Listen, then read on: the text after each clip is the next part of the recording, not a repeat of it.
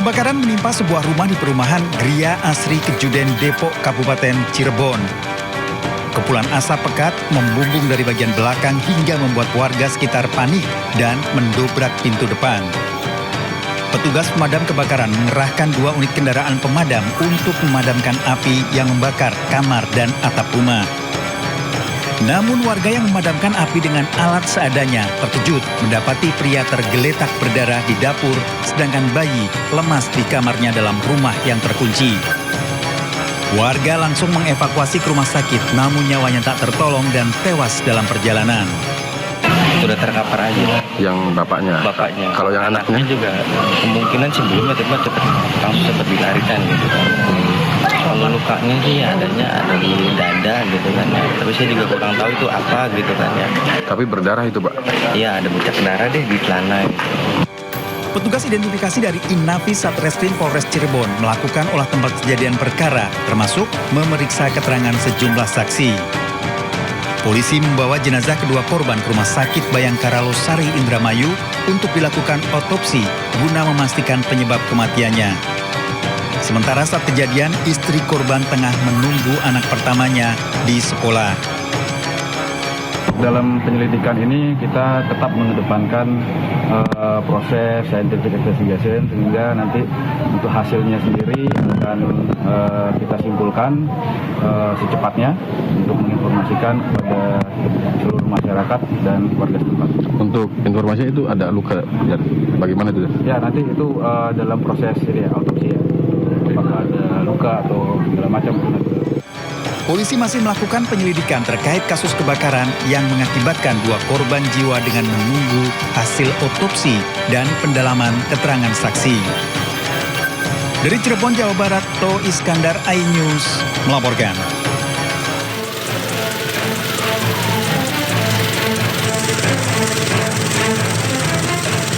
Kepulan asap hitam disertai kobaran api membumbung tinggi dari bagian tengah pasar Sepinggan, Kota Balikpapan, Kalimantan Timur.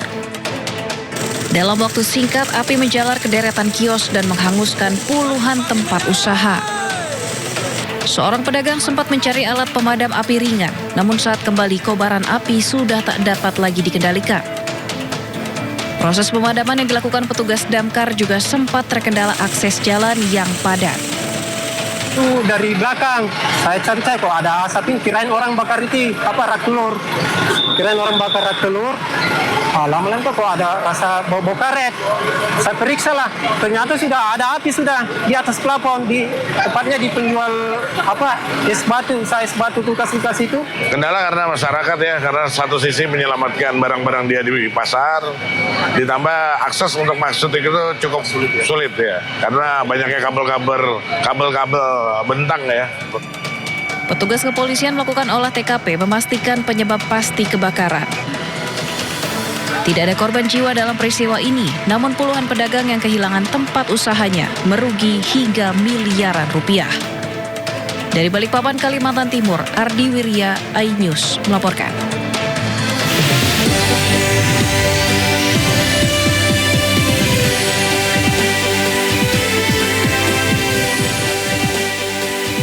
Kebakaran hebat melanda kompleks asrama polisi Panularan, Kecamatan Laweyang, Solo, Jawa Tengah.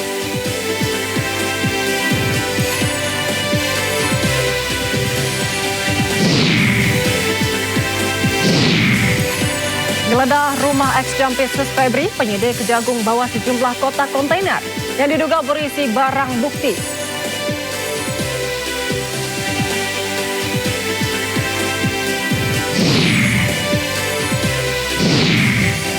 Gunung Etna di Italia kembali menunjukkan keganasannya dengan memuntahkan lava pijar dan ledakan dahsyat yang menggetarkan langit Pulau Sisilia.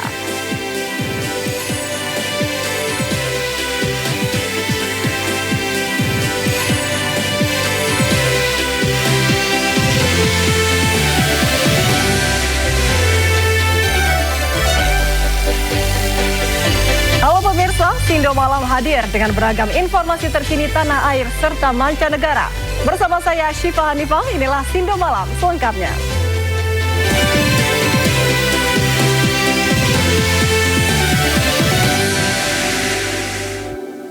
Pemirsa, kebakaran hebat melanda kompleks asrama polisi Panularan, Kecamatan Laweyan, Solo, Jawa Tengah. Polisi masih menyelidiki penyebab pasti kebakaran. Saya posisi di dalam aspal. Kompleks asrama polisi Panularan, Kecamatan Laweyan, Solo, Jawa Tengah terbakar Jumat sore.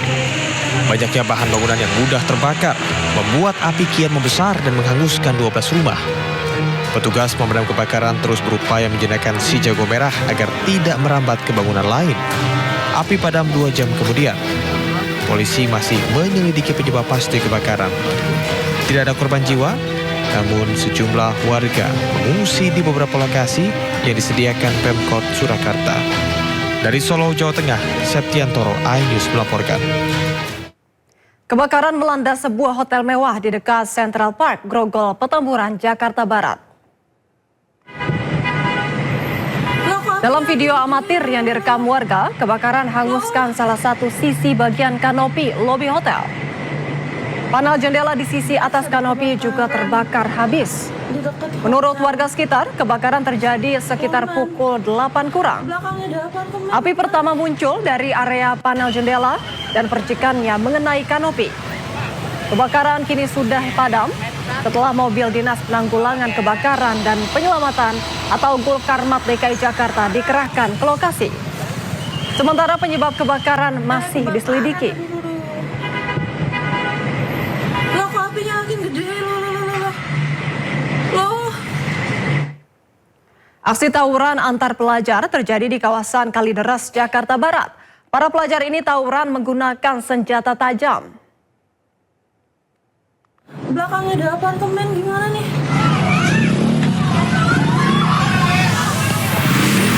Aksi tawuran antar pelajar sekolah menengah kejuruan swasta terjadi di Jalan Perepedan Raya Kalideres, Jakarta Barat. Kedua kelompok pelajar saling serang dengan senjata tajam. Udah, cepat tangkap aja.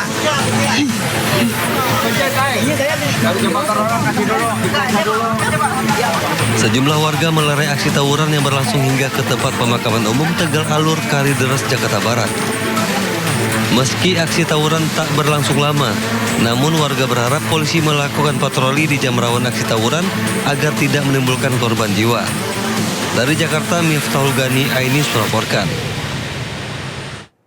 Dua kelompok pelajar tingkat SMA terlibat aksi tawuran di Jalan KH Mas Mansur, Tanah Abang, Jakarta Pusat.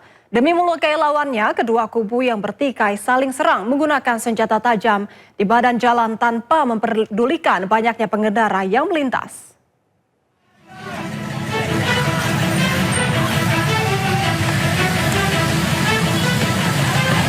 Sejumlah pelajar menetek senjata tajam menyerang pelajar lainnya di tengah kepadatan arus lalu lintas di Jalan Kiai Haji Mas Mansur, Tanah Abang, Jakarta Pusat.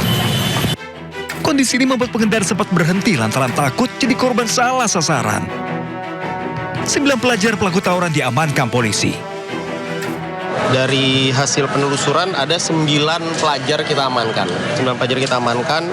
Di situ membawa barang bukti yang dapatin ya kebetulan tidak ada senjata tajam. Karena mungkin sudah selesai, hanya ada bendera salah satu SMK. Apa boleh kita katakan mereka ini seperti untuk aktualisasi di media sosial. Polisi akan memanggil orang tua pelajar pelaku tawuran dan pihak sekolah agar melakukan pengawasan terhadap siswanya.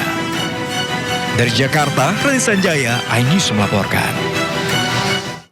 Seorang siswa SMA menjadi korban pembacokan orang tak dikenal saat pulang sekolah di Palmerah, Jakarta Barat. Korban terkapar di jalan sebelum dibawa warga ke rumah sakit.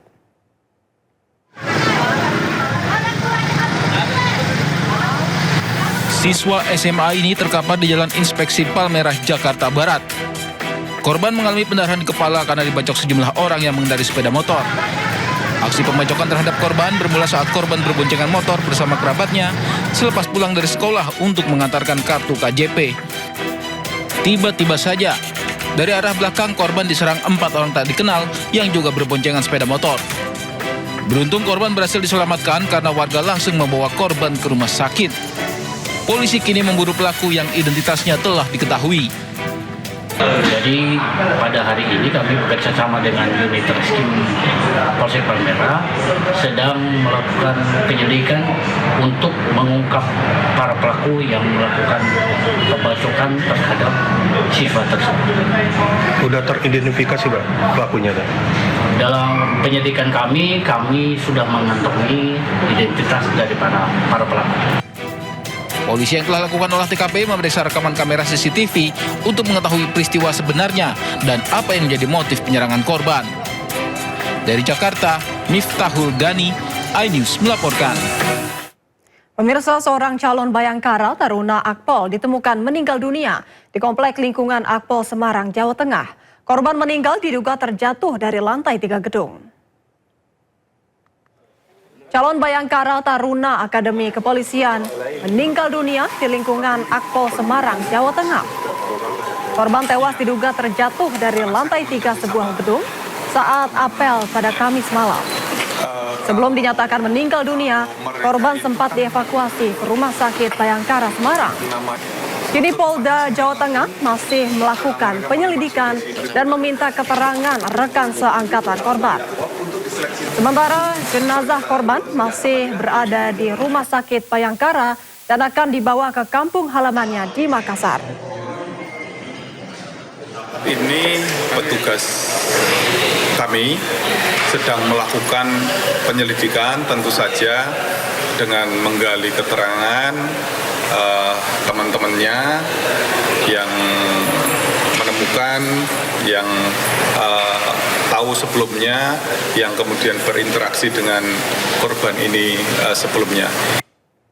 Pemirsa, polisi melakukan olah TKP ulang untuk mengungkap misteri kematian Sumarna, Satpam BUMN Perum Jasa Tirta II Jatiluhur.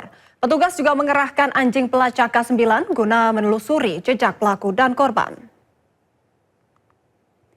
Tim Inafis Polda Jawa Barat diterjunkan untuk olah TKP ulang. Pada hari ke-8 pasca penemuan jasad Sumarna, sekuriti yang ditemukan tewas terborgol. Pemeriksaan difokuskan di Pos Satpam Bendungan Tanggul Kayat, tempat korban terakhir bertugas, hingga lokasi ditemukannya jasad korban di tepi Waduk Jatiluhur. Dalam penyelidikan ini, Polda Jawa Barat juga menerjunkan anjing pelacak K9 untuk menelusuri jejak pelaku dan korban.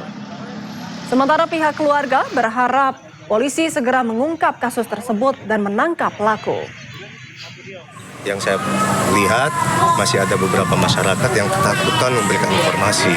Nah, ketakutan ini hanya sebatas ya masyarakat mungkin masih takut dengan suasana kantor polisi. Akhirnya saya datang ke sini memberikan gambaran kepada masyarakat. Alhamdulillah warga-warga dapat gambaran seperti itu. Kami berkomunikasi, informasi ada motif ini segala macam, kami coba mendalami. Sebelumnya, seorang satpam objek vital Waduk Jatiluhur ditemukan tewas di tepi danau Waduk Jatiluhur, Purwakarta, Jawa Barat. Diduga korban tewas dibunuh karena tangan korban diborgol dan dibuang ke dalam waduk. Korban diketahui sempat menegur sekelompok pemuda yang hendak melakukan aksi vandalisme di area waduk.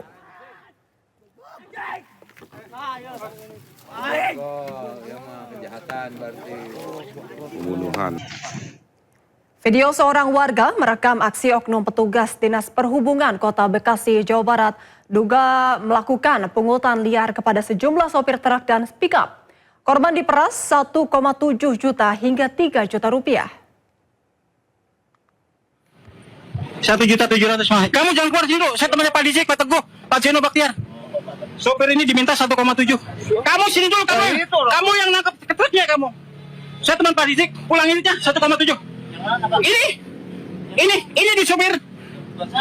Ya, kamu kasih ke siapa? Yang nangkep kamu siapa? Ayo. Dari rekaman video amatir yang direkam warga, sejumlah sopir truk dan mobil bak menjadi korban dugaan pemerasan dan pungutan liar oleh sejumlah oknum petugas Dinas Perhubungan Kota Bekasi di Pos Dinas Perhubungan Poncol di Jalan M. Hasibuan, Bekasi Timur. Sejumlah sopir dipaksa ke gerai ATM untuk mengambil uang sebesar Rp1.700.000 hingga Rp3 juta. Para sopir dipaksa menyerahkan uang ini untuk petugas Dinas Perhubungan Kota Bekasi usai surat-suratnya ditahan. Sejumlah oknum petugas Dinas Perhubungan panik saat aksinya direkam warga. Bahkan uang yang sebelumnya sudah diserahkan akhirnya disuruh dikembalikan lagi ke sejumlah sopir. Setelah rekaman video viral di media sosial, pos di Sub Poncol kini ditutup dan tak lagi ada aktivitas petugas Dinas Perhubungan berjaga. Bahkan Gubernur Jawa Barat Deddy Mulyadi geram dengan ulah para petugas. Saya sangat kecewa dengan perilaku oknum aparat Dishub Kota Bekasi yang melakukan tindakan pungli, pemerasan terhadap para sopir. Dan tadi malam saya sudah berkoordinasi dengan Wali Kota Bekasi karena mereka merupakan pegawai Pemkot Bekasi. Apakah di ASN, P3K atau P3K paruh waktu, saya sudah menyampaikan ke Pak Wali Kota Bekasi untuk dilakukan tindakan tegas dengan diberhentikan dari pekerjaannya secara tidak hormat. Aksi pemerasan dan pungutan liar oleh oknum Dinas Perhubungan dilaporkan sering dilakukan di Jalan Protokol Kota Bekasi. Para petugas mengincar kendaraan luar daerah yang melintas dan diduga mencari kesalahan untuk dilakukan pemerasan. Dari Bekasi, Jawa Barat, Rahmat Hidayat, iNews melaporkan. Setelah ramai diperbincangkan publik terkait pemasangan pagar tinggi, pihak mal akhirnya buka suara. Menurut pihak mal, pemasangan pagar bukan untuk menghalau aksi massa seperti yang diperbincangkan, melainkan demi memberikan keamanan dan kenyamanan bagi pengunjung.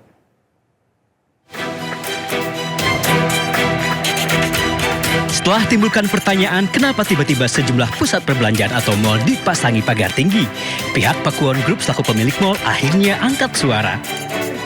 Menurut Sutandi Purnomo Sidi, tidak ada maksud lain di balik pemasangan pagar tinggi. Sutandi menyebut pemasangan pagar dilakukan demi menjamin keamanan dan kenyamanan para pengunjung. Sutandi juga mengaku pemasangan pagar dilakukan untuk mengganti pagar lama yang sudah rusak. Tidak hanya itu, Direktur Marketing PT Pakuwon Group itu juga membantah jika pemagaran dilakukan untuk mengantisipasi terjadinya aksi massa. Yang jelas, Pakuwon itu bukan beramal. Kita nggak tahu mau terjadi apa. Ngawur. Ya siapa tahu dari ordal gitu loh. Pakuwon, habis gini ada titit-titit gitu loh. Titit-titit. Sekarang berkembangnya zaman, terus Pakuwon City sendiri sudah semakin maju, kita harus perbaiki, kita harus upgrade. Nah itu aja sih, simple as that. Setali tiga uang, Menteri Perdagangan Budi Santoso juga angkat bicara. Walaupun mengaku tidak tahu menau alasan pemilik mal memasang pagar tinggi, namun Budi menjamin tidak ada masalah apapun di balik pemasangan pagar, termasuk alasan peningkatan keamanan. Konfirmasi isu yang berkembang, emang mal itu lagi ditingkatin pengawasannya ya Pak? Apa maksudnya meningkatkan pengamanannya mal-mal? Pusat perbelanjaan Pak. Enggak. Kita dari koordinasi dengan Dipindo, dengan Aprindo, dengan APBI nggak ada masalah, nggak ada isu itu. Berarti kabar yang membangun pagar itu nggak ada kaitannya dengan itu.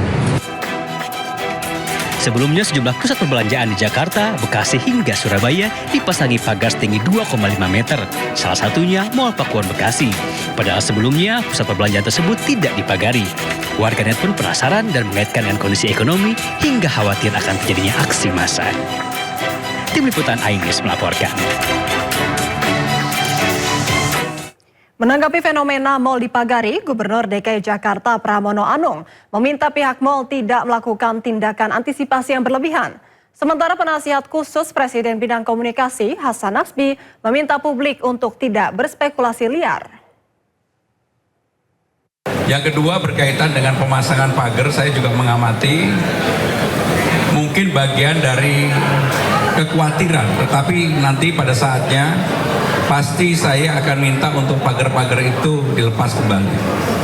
Karena kekhawatiran yang berlebihan juga tidak baik. Dan saya sebagai Gubernur Jakarta, koordinasi dengan TNI, Polri, aparat penegak hukum lainnya, kami akan menjaga Jakarta. Mudah-mudahan Jakarta selalu aman, nyaman. Kita jangan memperbesar berita-berita yang tidak baik. Berita-berita yang menebar ketakutan itu sebaiknya diklarifikasi juga. Teman-teman kan juga, teman-teman wartawan kan bisa cek sendiri. Bisa bikin cek fakta, benar nggak fear-mongering yang sedang beredar itu, ketakutan-ketakutan yang sedang beredar itu betul-betul nyata apa tidak. Karena teman-teman bisa cek di lapangan. Saya rasa kita harus optimis ya. Keadaan negara kita baik. Sekarang pemerintah juga sudah jalannya sangat cepat. Barusan juga diskusi dengan seratusan lebih pengurus Kadin dan komunikasi dua arah, tanya jawab dengan Presiden tadi, masukan-masukan mereka sangat konstruktif, diterima dengan baik oleh Presiden, dan nggak ada alasan buat kita nggak maju kan. Jadi yang firmongering itu teman-teman cek di lapangan, ya. Saya rasa nanti teman-teman bisa menemukan itu benar nggak sih. Geledah rumah ex-Jampitsus Febri, penyidik Kejagung bawa sejumlah kotak kontainer yang diduga berisi barang bukti. Informasi lengkapnya saja dan tetaplah di Sindo Malam.